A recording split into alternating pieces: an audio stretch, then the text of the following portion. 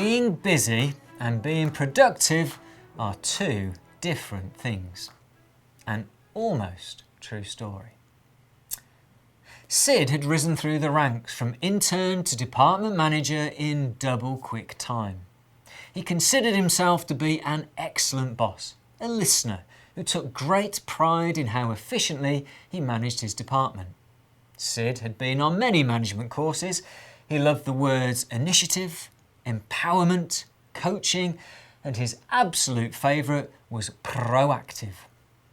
Sid's team worked in an office with a flat roof, and one day during some heavy rainfall, one of his staff, Sandra, brought to his attention that the roof was leaking and water was dripping into the office. Sid instinctively knew the answer, but ever the coach, he bit his tongue.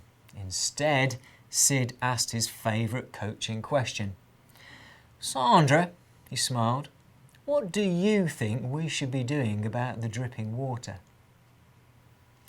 2 minutes later, Sandra had implemented her idea, which also happened to be Sid's idea, the one he'd had before biting his tongue, and Sid went back to his emails with one eye on the office situation.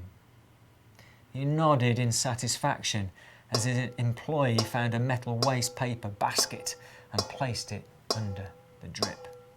And gosh, he was super impressed that she padded the bin with paper towels so the drip, drip, drip sound was absorbed.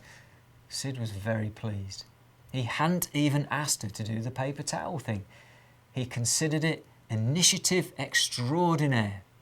Not only was the problem resolved, but he'd also empowered Sandra. About an hour later, Sandra popped her head into the office to report that the bucket was nearly full.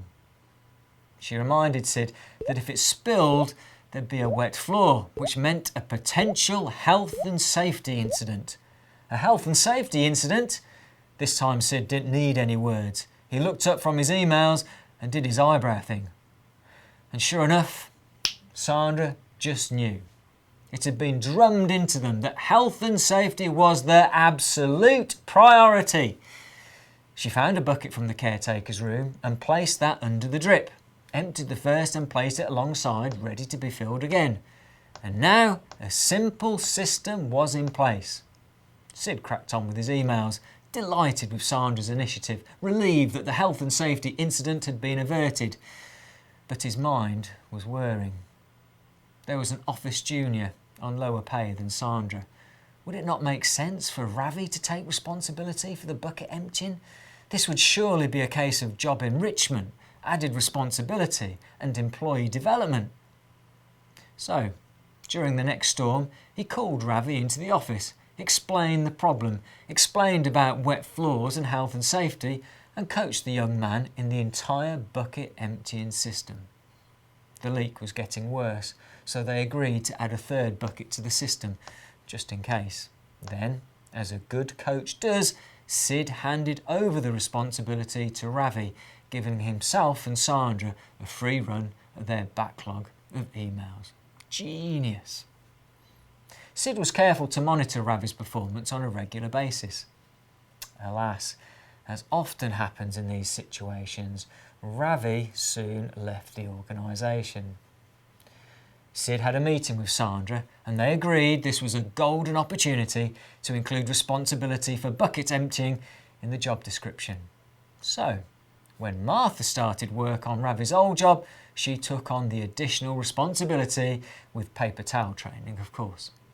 The office hummed with efficiency, and even when the rain hammered down, the bucket system kept the floors dry.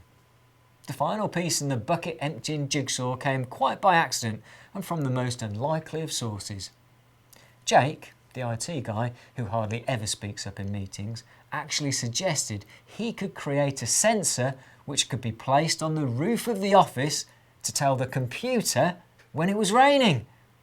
The computer would then send a message to Martha's desk reminding her to empty the bucket. Perfect. The potential health and safety incident had been permanently averted. Sid was proud to be in charge of such a proactive team and, of course, his leadership style didn't go unnoticed. A couple of months later, there was cake and prezzies and Sid was off, promoted to head office to work his leadership magic on a much larger scale. Sandra got his job and is currently working with Jake and the IT team on the design of an automated bucket emptying device. Meanwhile, Brenda, who cleans the office, keeps asking, why doesn't someone mend the f***ing roof? We hope you enjoyed our modern parable. We changed the names and the scenario, but the point is bang on. Being busy and being productive are two very different things. We thought we'd throw half a dozen questions your way. 1. How many leaking roofs are there in your organisation? 2. How many leaking roofs are there in your life? 3. How often do we overcomplicate things at work and home? 4. It's perfectly okay to be super busy, but how often are you super busy doing the wrong things? 5. What would happen if you stripped away all the bullshit and got busy doing the things that really matter? And 6. Talking of which, what are those things? If, say, there were 5 things that really mattered in your life, what would those 5 be?